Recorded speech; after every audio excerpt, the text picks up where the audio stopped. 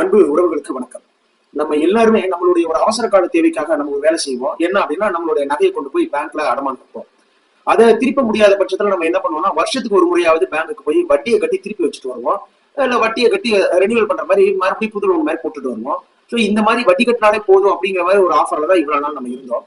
But பேங்குக்குன்னு ஒரு auditing section இருக்கு, தணிக்கை குழு அப்படின்னு. அவங்களும் ரிசர்வ் பேங்க்கும் சேர்ந்து இப்ப இந்த நகை வைக்கிறவங்களுக்கு சில ரூல்ஸ் அண்ட் ரெகுலேஷன்ஸ், அதாவது பொது பேங்க்ல இருப்பாங்க, பொதுத்துறை பேங்க்னு சொல்லுவாங்க, இந்த இந்தியன் பேங்க், அடுத்து ஸ்டேட் பேங்க், இவங்கள்ட்ட எல்லாம் ஒரு ரூல் போட்டிருக்காங்க. அந்த ரூல் கண்டிப்பா நம்மள மாதிரியான ஒரு நடுத்தர மக்களுக்கும் சரி, நடுத்தர மக்கள்லாம் கிடையாதுங்க, நகையை வச்சு ஒருத்தவங்க வந்து அவங்களுடைய தேவையை பூர்த்தி செய்யறாங்க. நிச்சயமா யாரா இருந்தாலும் அவங்க கஷ்டப்படுறவங்களா தான் இருப்பாங்க. சோ உங்களுடைய நகை வந்து ஏலத்துக்கு போற மாதிரி சுச்சுவேஷன்ல இருந்தா, இல்ல நகை கடன் தள்ளுபடி ஆயிருங்கிற ஒரு நினப்புல இருந்தா, இல்ல அதிகமான தொகைக்கெல்லாம் வச்சுட்டு வருஷம் நம்ம வட்டி கட்டி புதுப்பிச்சுட்டு இருக்கோமேன்ற நினப்புல எல்லாம் இருந்தா, தயவு செஞ்சு அந்த நினப்புல எல்லாம் இருக்காதீங்க. இனிமே ஒரு ரூல் ஒண்ணு போட்டிருக்காங்க. அந்த ரூல் என்ன, அந்த ரூல் படி நம்ம நடக்கணும் அப்படின்னா நமக்கு எவ்வளவு கஷ்டம் என்னங்கிறதெல்லாம் இந்த வீடியோல நான் வந்து போட்டிருக்கேன். ஸோ வீடியோவை ஸ்கிப் பண்ணாம பாருங்க. என்னுடைய சேனல் சரண் பாலிடிக்ஸ் சப்ஸ்கிரைப் பண்ணுங்க, பெல் பட்டன் கிளிக் பண்ணுங்க. வாங்க வீடியோக்கு போகலாம். மக்களே, நம்ம வந்து பார்த்தோம்னா ஃபர்ஸ்ட் வந்து எப்பவுமே ஒரு நகை வைப்போம். அந்த நகை வச்ச உடனே அதை போய் திருப்புறதுக்கு போறப்போ நம்ம நாட்டு அமௌண்ட் இல்லை அப்படின்னா நம்ம என்ன பண்ணுவோம் அப்படின்னா ஒரு பர்டிகுலர் அதனுடைய வட்டியை கட்டி திருப்பி வச்சுருவோம். ஸோ இப்படிதான் நம்ம வந்து இவ்வளவு நாள் பண்ணிட்டு இருந்தோம். பட் இப்போ வந்திருக்க ரூல் என்ன அப்படின்னு பாத்தீங்கன்னா, இனிமேல் இந்த மாதிரி வட்டி கட்டி எல்லாம் திருப்பி வைக்க முடியாது.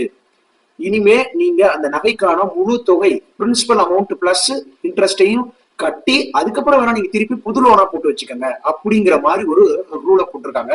இது உண்மையாலுமே நடுத்தர குடும்பம்னு இல்லை, எல்லாருக்குமே இது ஒரு பெரிய ஷாக் தான். இது ஒரு பெரிய கஷ்டத்தையும் கொடுக்கும். ஏன்னா நம்ம கிட்ட ஒரு கஷ்டத்துக்காக தான் அந்த நகையை வச்சு நம்ம இதை பண்றோம். பட் அந்த நகையை திருப்பி திருப்புறதுக்கு வட்டியோட சேர்ந்து முழு பணத்தை கட்டி திருப்பி இன்னொரு லோன் போட்டு வைக்கணும் அப்படின்னா அது ரொம்ப கஷ்டம்.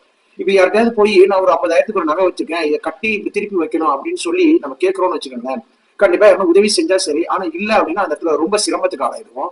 அதுவும் இல்லாம இந்த மாதிரி சுச்சுவேஷனை கடந்து போறதுக்கு நம்ம யார்கிட்டயாவது போய் கடன் வாங்குற மாதிரி ஆயிடும். சில சமயம் கந்து வட்டியில கூட கடனை வாங்கி எப்படியாவது அந்த நகையை நாங்க திருப்பி வைக்கணும், இல்லைன்னா ஏலத்துக்கு போயிடும் அப்படின்ற மாதிரி கஷ்டத்தை சொல்லி அந்த நகையை மீட்கிறதுக்கு முயற்சி பண்ணுவாங்க. சில நகைகளை இது மாதிரியான விஷயத்துல அதிகமான அமௌண்ட்ல வச்சிருப்பாங்க பாத்தீங்களா, அதெல்லாம் சில சமயம் திருப்பவே முடியாம ஏலத்துக்கு போற மாதிரியான சுச்சுவேஷன் தான் வந்துடும். ஏன் இந்த ரூல் போட்டிருக்காங்க? இவ்வளவு கஷ்டமான ஒரு ரூல், மக்களுக்கு இவ்வளவு ஷாக் கொடுக்கக்கூடிய ஒரு ரூல் ஏன் இப்படி போட்டிருக்காங்க அப்படின்னா, இப்ப நகை கடன் தள்ளுபடி எல்லாம் வருதுன்னா அது வந்து பேங்க் சைடு பாத்தீங்கன்னா ரொம்ப வாராக்கடன் ஆல்ரெடி நிறைய நின்றுட்டு இருக்கும். இது பேங்க்குக்கு பெரிய இழப்பா அடிக்கடி போயிடுறதுனால ஒருவேளை இந்த மாதிரியான ஒரு ஸ்கீம் மாத்தலாம். அப்படி இல்லை அப்படின்னா, இப்போ நம்ம வந்து ஒரு ஜுவல் வைக்கிறோம் அப்படின்னா அந்த ஜுவல் அப்படி திருப்பாமலே போய்கிட்டு இருக்கிறதுனால இன்ட்ரெஸ்ட் ஏறிக்கிட்டே போயிட்டு இருக்கும், அதை பாதுகாக்கிறாங்க. ஸோ அதுக்கெல்லாம் ஒரு சார்ஜஸ் இருக்கு.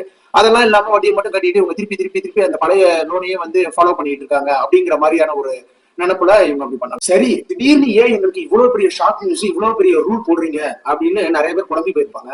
ஆனா பேங்க் சர்க்கிள்ல இருந்து பாக்குறப்போ அவங்க வந்து இந்த வாராக்கடன், தங்க நகை கடனுக்கான வாராக்கடனை எப்படியாவது வசூல் பண்ணிடணும், இந்த மாதிரியான பிரச்சனைகள் இனிமே வரக்கூடாது அப்படிங்கறதுல ஆர்வம் காட்டுறாங்க. சோ தணிக்கை குழுவும் இந்த ரிசர்வ் பேங்க்கும் சேர்ந்து இப்படி ஒரு ரூலை போட்டிருக்காங்க.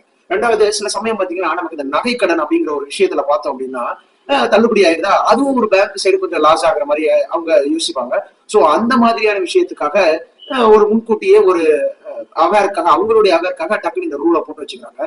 அடுத்தது பாத்தீங்கன்னா தங்க விலை இன்னைக்கு இருக்கிற மாதிரி இருக்கிறது கிடையாது. ஒரு நாள் ஏறுது, ஒரு நாள் இறங்குது. இறங்கினாலும் 200 தான் இறங்குது, ஆனா ஏறப்ப மட்டும் 1500 ஏறிடுது.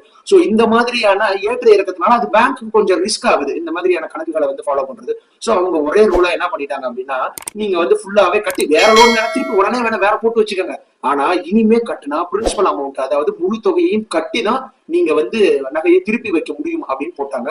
சோ இது மாதிரி ஏலத்துல போகக்கூடிய நிலைமையில இருக்கிறவங்களுடைய நகையா இருந்தாலும் சரி, இல்ல யாருக்காவது இந்த தகவல் தெரியாம இருந்தாலும் சரி, இல்ல பெரிய அமௌண்ட் இல்லைன்னா நகை வச்சுக்கிட்டு நம்ம வட்டி கட்டிட்டு இருக்கவங்களா இருந்தாலும் சரி, தயவு செய்து அவங்களுக்கு எல்லாம் ஷேர் பண்ணுங்க. பேங்க்குக்கு போய் இதை பத்தின விஷயங்களை கேளுங்க.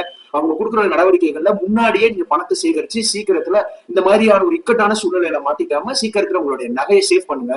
ஏன்னா இன்னைக்கு நகை விற்கிற விலைக்கு இருக்கிற நகை நம்ம பாதுகாக்க வேண்டிய ஒரு கட்டாயத்துல இருக்கும். சோ எந்த விதத்திலையும் அலட்சியமா இருந்து எந்த பொருளையும் விட்டுறாம கவனமா போய் பேங்க்ல இதை பத்தி கேட்டு முன்கூட்டியே இதுக்கான முன்னெச்சரிக்கை நடவடிக்கைகளை எடுத்துக்கோங்க. சோ இந்த பதிவு உங்களுக்கு பிடிச்சிருக்கும், பயனுள்ளதாகவும் இருக்கும். இதே மாதிரி இன்னொரு பயனுள்ள தகவலோட உங்களை சந்திக்கிறேன். நன்றி.